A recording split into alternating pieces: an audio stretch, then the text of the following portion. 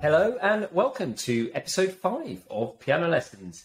Here once again, Phil Graham and Marc Piano. Marc, welcome. How has your week been? Phil, it's been good. Lots going on and looking forward to discussing some of the topics. Absolutely. By looking forward, I know that you're hot under the collar on some of these, so let's jump straight into the piano recital and see what you'd like to get into. Revolut, I'm sure you still got a green light to start offering digital asset services in the UK last week, which was great. No mean feat getting that past the FCA at the moment. So congratulations to them. And hot from Token 2049 in Singapore, which some of our colleagues went along to. We saw that BitMEX announced that it was going to launch its own token by the end of the year. It'll be interesting to see how that plays out for them, having gone through a relatively bumpy ride over the last few years. Meta rolled out an NFT sharing feature on Facebook and Instagram, which allows users to connect their wallets and share their collectibles, and has to be part of the sort of evolution of how we will use our JPEGs. And this in contrast to Apple, which I saw that actually a number of the NFT marketplaces have commented that Apple are really making the NFT startup world a very hard place. They have up to 30% commission on various in-app purchases and other sort of clunky pricing conventions that just mean they just don't consider the app functionality really when launching their projects, which is a real shame. And it will be interesting to see how that develops as Apple begin to get their head around this world. There was an election, I'm sure you saw, of a new CEO of Sushi Schwab, Jared Gray, being described as the head chef. Let's see which direction he takes that in. And then Strike, the mobile payments app that facilitates sort of instantaneous transactions through the blockchain, they raised another 80 million. So despite this crypto winter, as we've said on a number of these podcasts, there is still some optimism. There are still projects doing good things, raising in the right way and pushing in the right direction. But you, Marc, have spent your weekend looking through some of the text messages that have been released as part of the ongoing litigation between, obviously, Twitter and Mr. Musk, Web3 social media platform, including fees to remove some of the bots and to post everything on chain. It's fascinating, as a concept, but obviously comes with some real sort of practical and legal challenges. We'd love to hear your views on it. This is my favorite topic because it combines some fairly hot button issues at the moment around free speech and moderation of that and who moderates it and who makes those calls. But also it's not actually a new idea. So if you remember Steemit a few years ago, that then forked and became Hive, and there was a bit of controversy around that. There's also one a lot of people have probably not heard of because it's not really taken off, decentralized news network. And this was the idea of having news articles posted, mostly political news. And then if there was any challenge to the content or there was some fact checking to be done, there would be incentivization for people to post things which were accurate and which people voted as being reflective of what was actually said or the angle on it. Now, that hasn't taken off. And if you look at the DNN media site now, it seems to be related to crypto projects. But this idea has been floated for a while. Some practical issues around it. It's expensive to write data to the blockchain, but also free speech. There's a line between that and posting and using illegal content. And if you write something to a blockchain, it's theoretically immutable. Now, files and videos are hosted on IPFS or other global file sharing sites, but the content itself, if that's written and hard-coded into the chain, that could potentially create some sticky issues around data privacy or facilitating criminal activity or even distributing the proceeds of criminal activity. So not sure it's necessarily the correct idea in terms of the practicality of it, or that it's even going to go off the ground. And I think you see so much around the sort of Twitter sphere, around edit buttons and around some really high-profile celebrities that have been caught out by something they posted 10 years beforehand in a variety of news stories, that all of this content, as you say, whilst it's a very interesting idea, can lead to some really sort of further problems going forward. But let's, again, see how it plays out. Right, onto the piano solo. This week, we saw the CFTC chairman saying Bitcoin could double in price if there's a CFTC regulated market. A slightly odd statement to hear from a regulator. All right, for a start, I've never heard a regulator make a statement like that. The idea that if you let us control things, you could make more money. So, really? This is nuts. So, there's a bit of context here. There's a turf war going on between the CFTC and the SEC as to who's going to regulate crypto.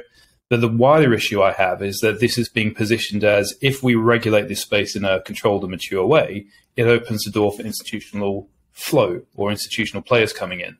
And my issue is that's not why this technology was created. It was created, okay, after 2008, but it was a direct alternative to the existing central banking system and the problem of fractional reserve banks and the problems of bailouts and giving people a full moral hazard environment.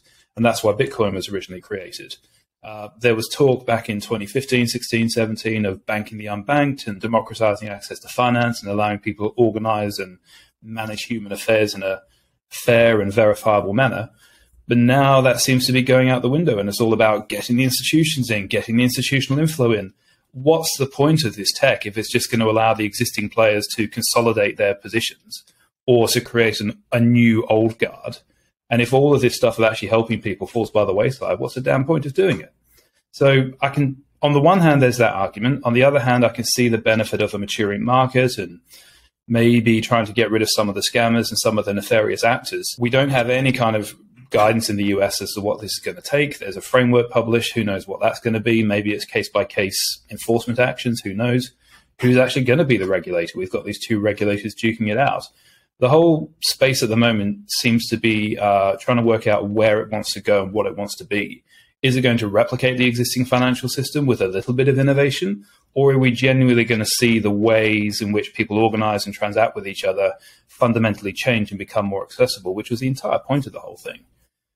I'd have to say we obviously have an enormous amount of respect for the regulators around the world that are trying to get their minds around this cutting-edge technology that changes every day. Same with the tax authorities, same with the legal advisors, same with everyone that is within this. We're all trying to understand it. We're all trying to interpret it. We're all trying to come at it in the right place. There is obviously this dream of what this world could become, what this technology could achieve.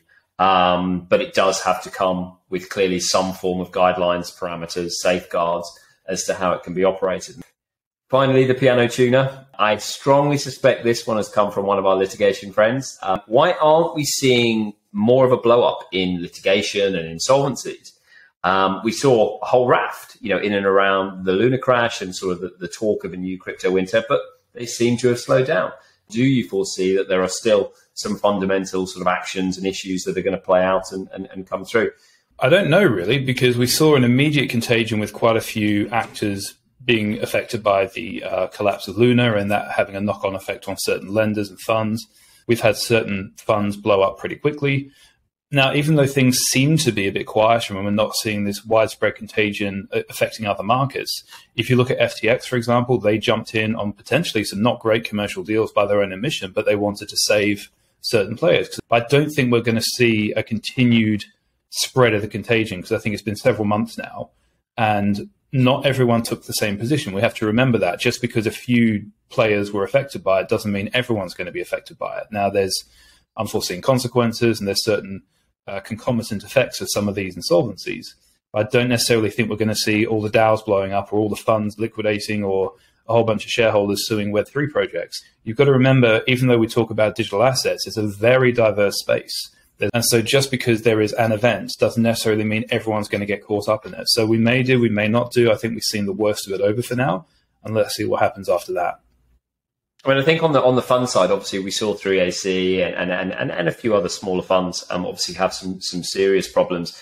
But fundamentally, there were three things there for me. The first one, that a well-structured fund with sensible legal advisors putting it together for you is able to deal with the sort of the slings and arrows that are thrown at you through these types of volatile markets. The second point is that investors in this space fundamentally are a lot more patient than they used to be. I think there was this sort of terror as an investor going in and sort of dipping your toe, and then as soon as there was any kind of fright, coming back out again and saying you didn't want exposure. I think those investors that come in now understand the exposure, understand the risk, understand the volatility, and hope still that the long-term play that the manager has put together for them will ride out. The final one that you really have to look at is the strategies that currently people are running. They're no longer sort of relatively simple strategies that will be fundamentally thrown out by these types of crashes and these types of effects. There are a lot more hybrid strategies. They are, as you say, going into the industry as a much more wide basis. They are looking at other different aspects of it to make sure that they're relatively well hedged against this type of environment. Thank you very much indeed, Mark, and see you next week. Thank you, Phil.